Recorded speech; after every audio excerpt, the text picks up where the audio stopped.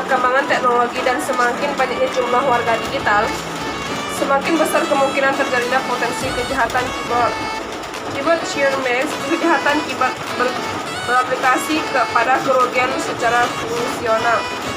Bocornya data, pencurian data, kerusakan perangkat komputer, maupun dampak negatif pada kejiwaan seseorang.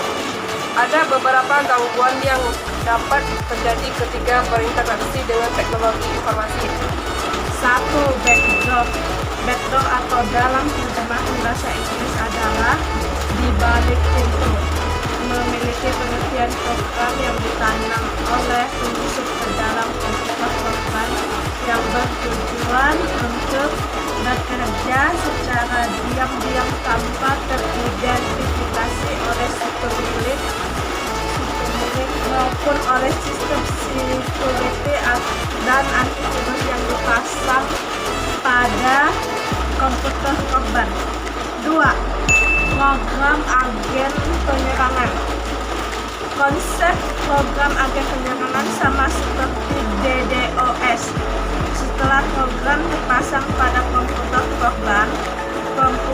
korban dijadikan sebagai komputer pendukung yang menjadi perantara bagi intruder untuk melakukan penyerangan ke komputer lainnya.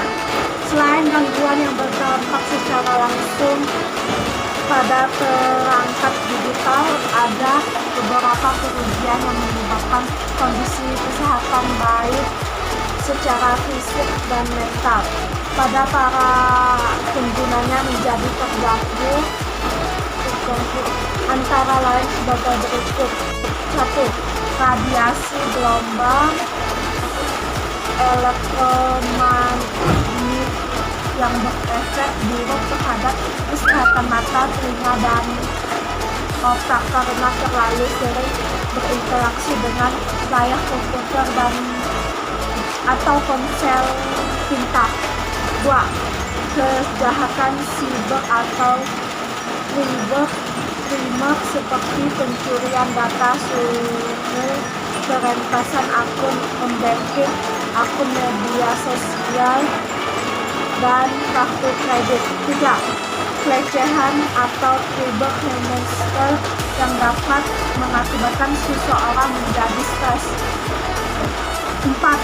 Intimidasi atau mengolok-olok secara terus-menerus dan bersama-sama dalam sebuah komunitas digital atau yang sering disebut dengan cyberbullying. 5. Penipuan dan kasus lainnya. Untuk menghindari terjadinya gangguan seperti yang telah dijelaskan, ada beberapa tips yang dilakukan sebagai warga negara digital yang dapat dikategorikan menjadi dua macam, yaitu bidang teknologi informasi dan perbaikan kualitas sumber daya manusia. Perkembangan teknologi tak hanya mempermudahkan hidup setiap orang dalam menjalankan berbagai aktivitas, namun juga memungkinkan berbagai negara mengembangkan potensi ekonomi digital. Indonesia adalah salah satu negara yang potensi ekonomi digital yang menjanjikan. Digital berasal dari bahasa Yunani yaitu digitus, artinya jari jemari. Apabila kita menghitung jari jemari manusia normal berjumlah 10, ini menggambarkan bilangan digital yang terdiri dari bilangan 1 dan 0. Teknologi digital merupakan bentuk perkembangan dari teknologi analog yang masih menggunakan gelombang radio. Teknologi dimulai saat ditemukannya internet di mana komputer bisa saling berhubungan dan berkomunikasi untuk mencapai suatu tujuan. Sehingga semua pekerjaan dan aktivitas manusia diselesaikan menggunakan internet. Untuk menggunakan teknologi digital dibutuhkan perangkat seperti komputer, iPhone, dan lain-lainnya. Kondisi yang paling sering terjadi dalam sebuah komunitas digital seperti grup-grup dalam media sosial adalah intimidasi. Ada beberapa tipe intimidasi yang dapat Anda jumpai dalam sosial hubungan masyarakat, yaitu 1. Intimidasi bersifat fisik, yaitu tindakan memaksakan kehendak kepada orang lain yang sudah menyentuh aspek-aspek kontak fisik secara langsung. 2. Intimidasi bersifat sosial, yaitu tindakan yang mengakibatkan kredibilitas atas nama baik seseorang menjadi tercemar. 3. Intimidasi secara verbal adalah tindakan melakukan penekanan, penghasutan, pengejekan, penghinaan, mengancam, atau mengucapkan kata-kata yang tidak pantas pada orang lain. 4. Intimidasi di dunia kiber adalah yang dikenal dengan istilah cyberbullying, adalah tindakan melakukan intimidasi dengan tujuan negatif dan memiliki kecenderungan menjatuhkan orang lain melalui media internet. Untuk menghindari terjadinya gangguan seperti yang telah dijelaskan, ada beberapa tips yang dapat dilakukan sebagai seorang warga digital yang dapat dikategorikan menjadi 2 macam. 1. Bidang teknologi informasi. 2. Perbaikan kualitas sumber daya manusia. 1. Bidang teknologi informasi. Kiat-kiat yang dapat dilakukan dalam sisi teknologi informasi adalah sebagai berikut. A. Selalu mengupgrade sistem operasi mesin maupun aplikasi program melalui situs-situs resmi pengembang. B. Memasang antivirus, anti-spam, anti-adware, anti-spyware, anti-trojan, serta mengupdate-nya secara rutin. C. Menggunakan kombinasi password yang baik, gabungan antara karakter numerik dan beberapa karakter khusus sehingga tidak mudah ditebak. 2. Perbaikan kualitas sumber daya manusia. Tingkat kualitas sumber daya manusia dalam hubungan komunikasi secara digital sedikit banyak akan mempengaruhi dampak negatif yang ditimbulkan. Untuk meminimalkan kemungkinan buruk, ada beberapa langkah yang dikerjakan antara lain sebagai berikut. A. Mengedepankan jiwa sosial dan tegang rasa sehingga terbentuk rasa kemasyarakatan secara kekeluargaan dan saling menghormati. B.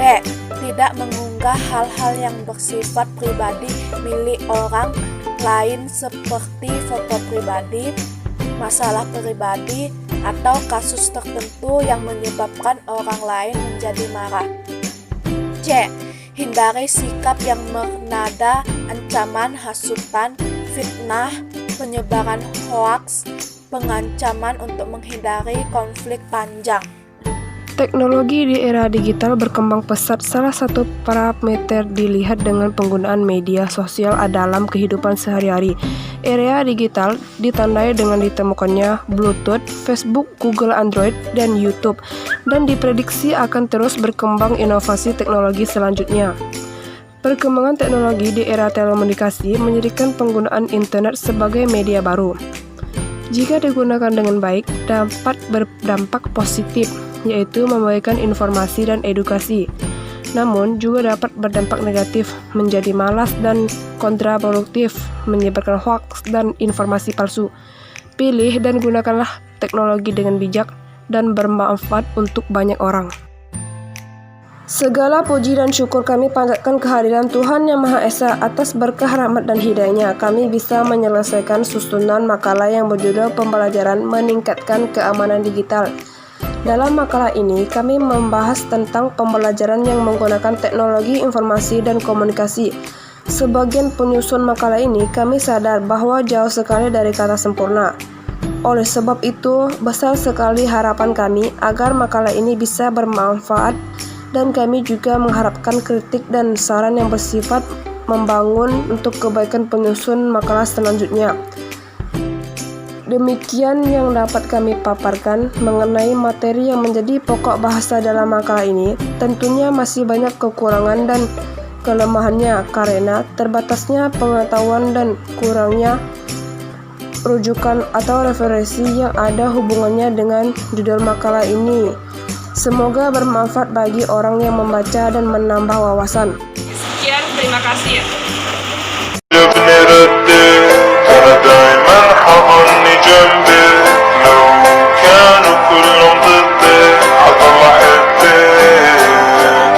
حضل أحب